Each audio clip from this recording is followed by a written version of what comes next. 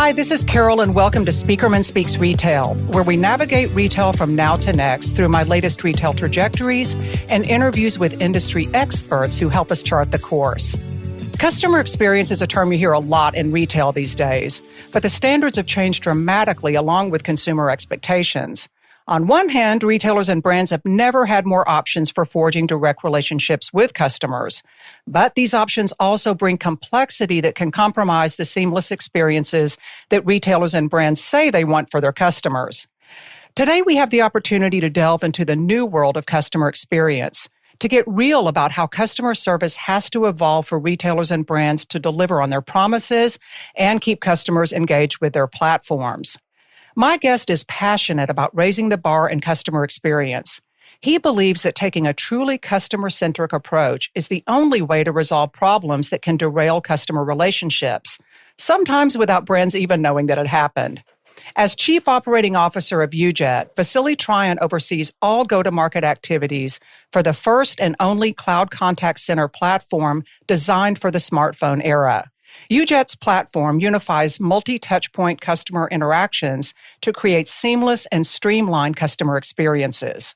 Prior to UJET, Vasili held key customer experience strategy roles at Cisco, LiveOps, and Serenova, where he led the company through significant growth as its CEO. So welcome, Vasili. It's so great to have you here to weigh in on all things customer experience. Thank you for having me, Carol. It's great to be here. Yeah, there's so many companies now, it seems, that are jumping into this conversational commerce space, big buzzword there that everybody's talking about. And there are all these automated customer service solutions coming on the scene, like chatbots that are driven by artificial intelligence. So what sets UJET apart in this space? Yeah, so that's, obviously a little thing to unpack because there's a lot of interesting technologies that have come about, some for automation, some for helping the customer experience. It's a booming time, especially post kind of COVID kickoff where, everybody sat at home and started buying lots of things on web and on mobile and over the TV. And so a lot of these technologies have come about that have kind of grasped onto that real growth there. Ultimately, what we do at UJET is we build a solution that is engaging the consumer along with focusing on the company, but really kind of focusing on you and me as a consumer and what is it that we need. We call it the forgotten persona because as these technologies come about, they focus on the company building products or services, or they focus on the call center agents or the supervisors or the administrators, like everybody buying the tech, but never really on you and me, right? There's all these promises of how it's going to affect you and me, but the delivery on it and really kind of thinking about what is it that we want in the end or what is it that we need is kind of lost in translation. And so we have built a technology while it still gives all the agents, supervisors, and administrators the capabilities they need. It really looks at like, how do we engage the consumer? Like, where are they? What do they really want as touch points and as information? And brings it all into the fold, all under one roof, really, all under one solution. That's interesting because their primary customers for a lot of those companies, they look at as being the retailers and the brands and the companies, but not necessarily the end user that it's supposed to be designed for. Absolutely. Absolutely. And I know that you work with some companies that are already highly sophisticated. And how do you provide value to these highly developed platforms like Instacart that really operate as an extension of their retailer customers' brands? At the core, what we do is we create the routing of, let's just call it touch points. Now, a lot of people call them channels, but touch points would be like a phone call, a chat, an SMS, maybe an email or like a WhatsApp message. So we take all that in and then we route it to the agent. So we create the technology that efficiently routes it. But then what we do is we have a lot of features that go beyond that engage the consumer at web or at mobile when they're touching a brand like an Instacart or really anybody that's engaging the consumer through those digital means. And then we walk them through that journey because part of it is what is the technology that's going to connect all of us together, but then also there's a business process transformation that has to take place. Just because someone sells a technology or makes a technology that does some automation, you now have to actually change the business process to optimize for whatever those outcomes are. And so we'll walk them through that. It's not that you turn on all features from day one. Like I can show you a really cool demo, but then you're like, oh, that's amazing, but how do I really turn it on? It involves a lot of other pieces. Well, are those solutions customized for the customer? they're both out of the box and customized. But when you're looking at taking a brand like an Instacart and engaging their customers, you start with piece parts, right? You start with, okay, let's now implement in-app chat. And so that's the ability to have chat or voice, let's say, within the app, not throwing you out to an iPhone dialer or an Android dialer. But that involves also getting their engineering department to put the SDK, right, the actual kit, inside their app. Because the app, believe it or not, is actually owned by a whole different group than actually the customer service department. Like customer service department is just fielding all the inbound inquiries for my order got billed wrong, didn't get delivered, or I meant to place double the quantity of that item. So there's a lot of things that we can do customized to that specific brand for what their needs are, or anybody for that matter. Yeah, well, and the stakes are really high when you're working with companies like Instacart because they have their own brand, of course, but they represent hundreds of other brands through their platform. It's a pretty high standard. So when we talk about customer experience as a term, I think it's one of those terms that everybody defines differently, and especially now because the standards have changed.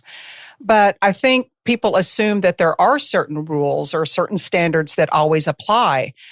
What do you see as the new standards for customer experience, given all of the change that's happened, and particularly in the retail space? Well, I will go a little bit out on a limb here because what I believe are the standards are not what's being set across the board as the bar. Because right now, the standards for customer experience are really created by a lot of marketing departments versus what actually should be used. And so I believe the standard for customer experience should be measured around repeat business. And you can maybe blend that with customer sat and really customer satisfaction fed back directly in kind of either a post-call or a post-chat feedback. But the real true test of did I do a good job or not is do you come back to me, right? Do you buy another product from me? If, for example, I place an order with you and then I make a call in, maybe I'm frustrated about something or my order is lost and you're like, you solve the problem because you find my order. If I don't come back and place another order with you, then did I solve the problem really? Because most likely, I went somewhere else after that. So you need to measure it by, are your customers coming back to you? We can actually tie the customer journey back together within a brand's system of record, which would typically be their CRM, like so where they're tracking you and I, our accounts, how many times do we call in, how many tickets do we have open, orders that we have open. And so we can actually show that journey and are you doing repeatable orders and then blend that data together kind of to create like a next best action or some type of information back. We actually do quarterly reviews with our customers around these different metrics to say, here are your metrics and where they're trending, whether they're trending up or down, maybe they're flat. We can even correlate it to process changes that they made, new products that they delivered. So, hey, your average handle times, which is a legacy metric, but your average handle times have gone up and your CSAT's going down. What changed? Oh, you released a new feature within your web application for ordering, and it's not, that also happens to be the number one ticket open item is that, people can't navigate that feature, just as an example, right? So it's a continuous improvement model. It's always continuous improvement. I mean, everybody's going to be releasing new products, services. You and I, our behaviors are changing. The economy's changing. I mean, there's a lot of different things that are constantly moving, and you need to be looking at it. I mean, we typically use quarterly just because I think that's just an easy way to kind of measure things. Reality is you should be looking at it probably weekly and monthly because most companies nowadays, especially in the tech area of retail, right? So on actually pretty much all retail now is becoming tech enabled. It's just changing all the time. Like, did that sale or that special that we offered, how's it responding? And we released a new legging at Lululemon and all, are people responding well to the design, and so on. And going back to the terminology piece, I caught a great blog article on your website where you call out the difference between customer service and customer care. Is that just playing with words or is there a reason to parse that out? What's the difference between the two? Well, I think customer care is a little bit more aligned with trying to feed off like your emotion and understanding that not only are you a human being, but there's a bunch of intent that comes before you ever contact us. And customer service is like just the mechanics of answering whatever that interaction is and closing it out, right? So words, I think, start to create some type of emotive connection for people around that there's improvement. Just like customer experience is, if you use the word customer experience, it supposedly automatically means that you're doing something more advanced with your technology and hence you've progressed in the world and you're more current. But customer care is really around that connection between you and I as both the brand and me as the consumer, and that there's something more to the touch point than just making it a mechanical interaction. So changing the terminology can actually change the entire mindset and the process around it. Well, we want to change the mindset, because if we can change the mindset of the brands to care more about that specific interaction and connect you and I together, then we will ultimately accomplish that transformation of making me happy, right? Making that interaction not only conclude on the first time, but conclude in a positive way. I've always been struck by a quote from Jeff Bezos when it comes to customer service. He said, "The best customer service is if the customer doesn't call you, doesn't want to talk to you. It just works." Now, to me, the implication there is that customer service shouldn't be needed if everything is working, that customer service sort of reveals flaws in the system. And I think that seems to be the mindset for a lot of retailers and brands, going back to that expediency-driven mindset. What is your take on that? I mean, do you agree with that? I mean, I hate to say that I disagree with Jeff Bezos, who's been highly successful. Might make it sound like maybe that's why I didn't invent Amazon. But I think that we're all humans, right? There's going to be human error in something, and systems aren't going to be perfect. And so when you say that the best customer service is when a customer doesn't contact you, I would kind of look at it a little bit differently. I would say, does the customer want to contact you? And when they do contact you, do they feel happy or better about you as a company afterwards? I think some of the more enlightened brands have started to have a different way of looking at it, where they see it as an opportunity to interact, even if it's a problem. And I'm struck by the fact that so many websites and customer service systems are problem-oriented. And that's not the only reason customers want to contact a company. They might be wanting to say something positive. So I think sometimes that negative assumption can get in the way too. Yes, absolutely.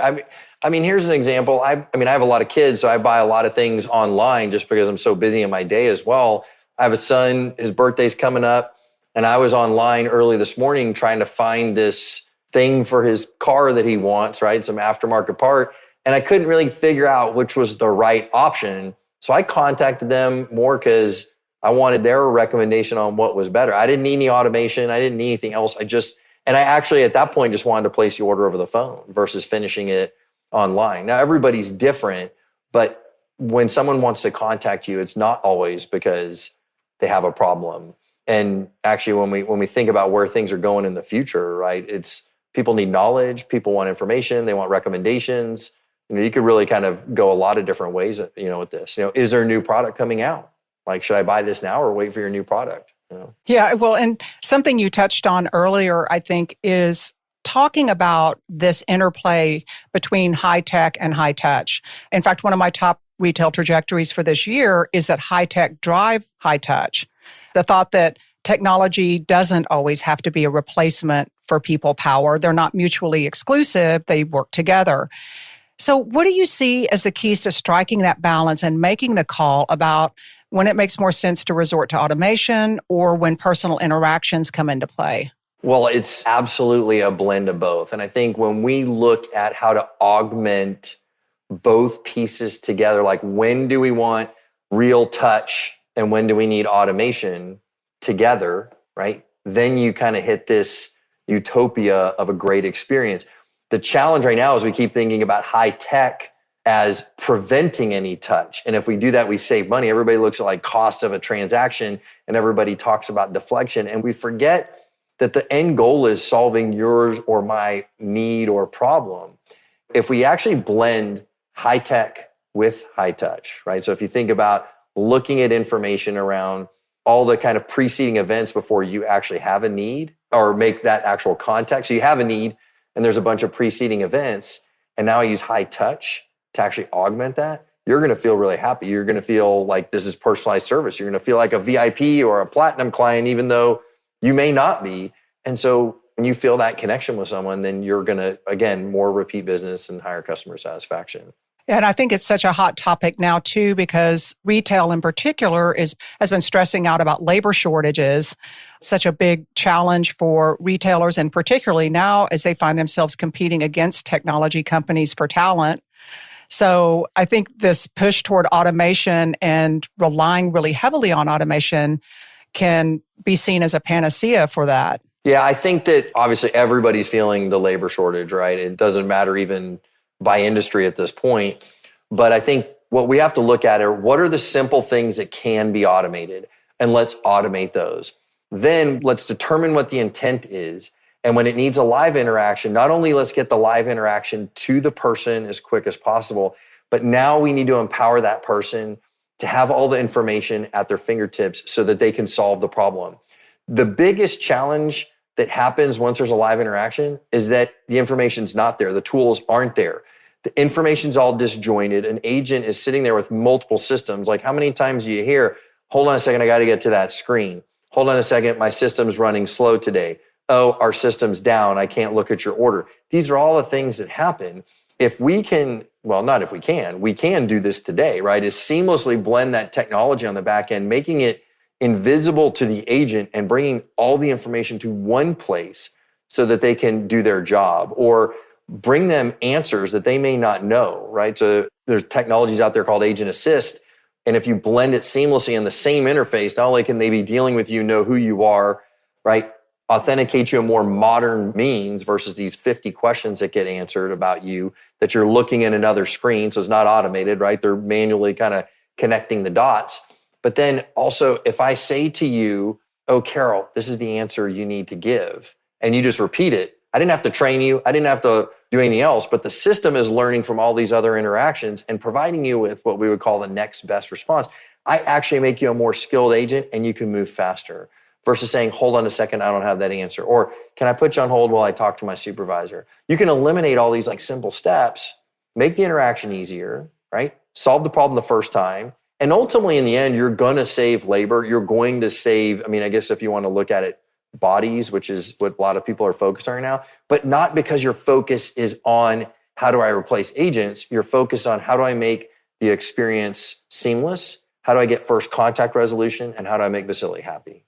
You do all those things, the other pieces will come after that.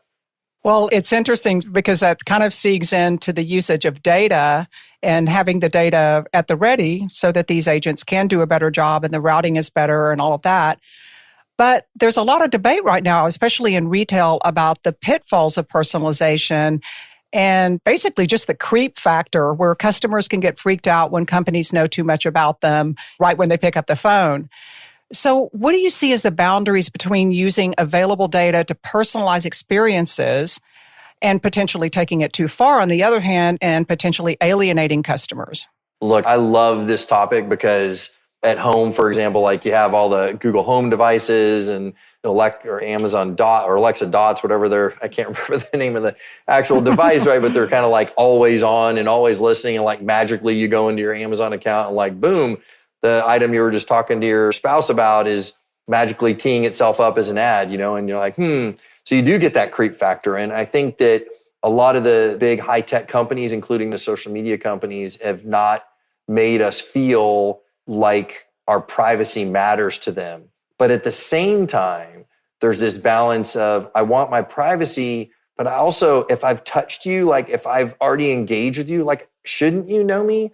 And connect the data that I've ordered from you 15 times over the past 3 months and use that information to start basically shortcutting the questions that otherwise would make it an impersonal experience.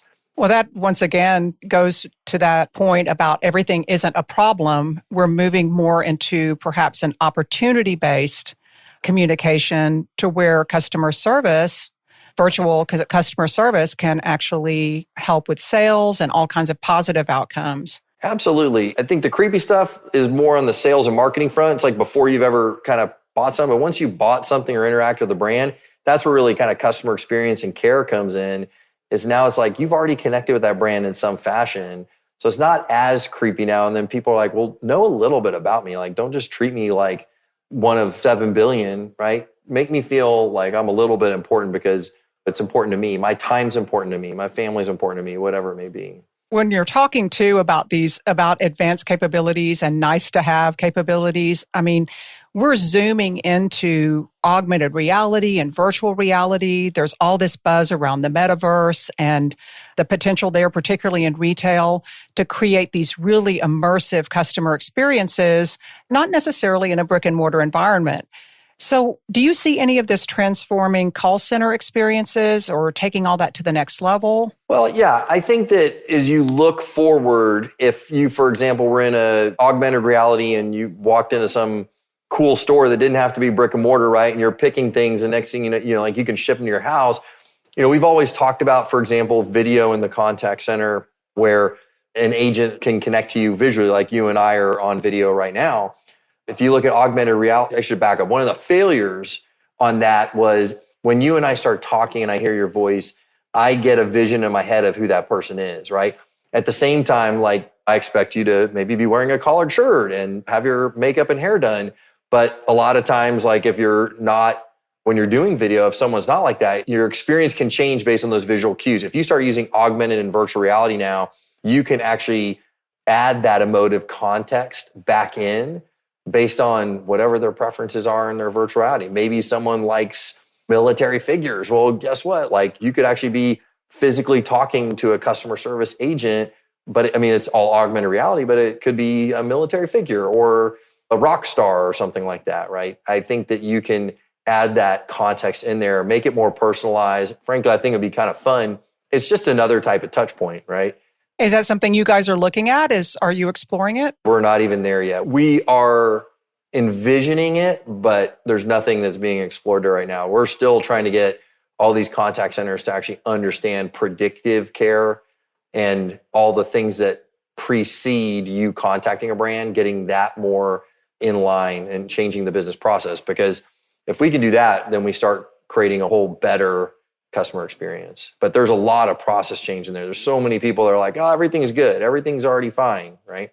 And the people that are really transforming customer experience are all the brand new brands that are coming up saying, how do I differentiate myself from the entrenched brands? And one of those things is customer care. You talk about business process, and I know that in our offline conversations, you seem really passionate about it, and just acknowledging that even the best solutions out there can't be fully optimized if the business rules are out of whack.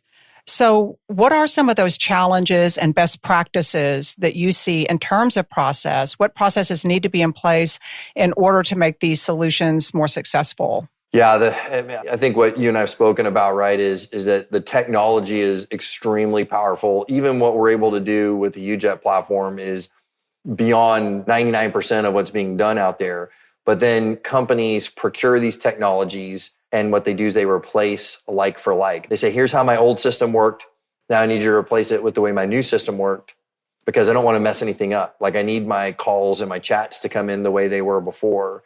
And people are risk adverse to those changes. And typically in the medium to larger size companies, because if I make a change and it doesn't work, like, am I going to lose my job?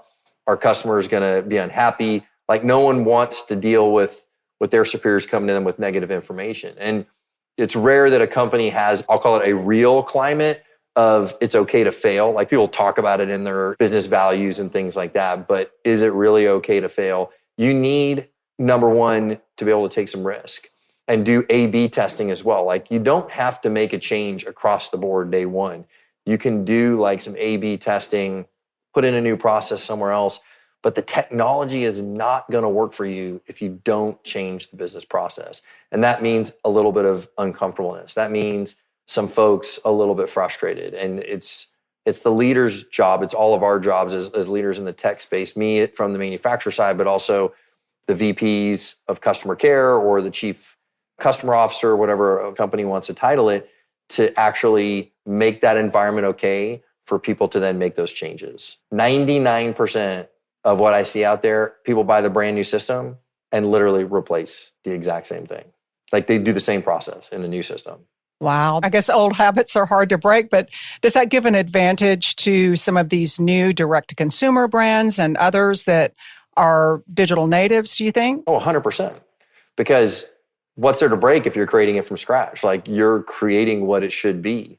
And when these companies are coming up with also digitally native, you're thinking about the problem in a whole different way, because you're dealing with multi-generations, right, that all have different touch points. But the one thing's for sure, they're going to touch you on one of these different channels. Maybe the younger generation's going to hit you on Snapchat, or if you're international, WhatsApp or Instagram, right? And then it's a whole different generation that touches Facebook. Like my kids don't even like use Facebook. They're like, oh, Facebook's for old people, right? So, yeah, it's a huge advantage for them. And that's kind of the bummer too, is that we do, as just people, right? We do use a lot of products from these longer standing brands, and yet they're not changing their process. And either someone's going to come and compete with them at some point and change that space, or do we just live with a bad experience? I think we're already there. Yeah. I think the competition, especially this year, I think is really going to start heating up, and it's going to be harder for these companies to close the gap.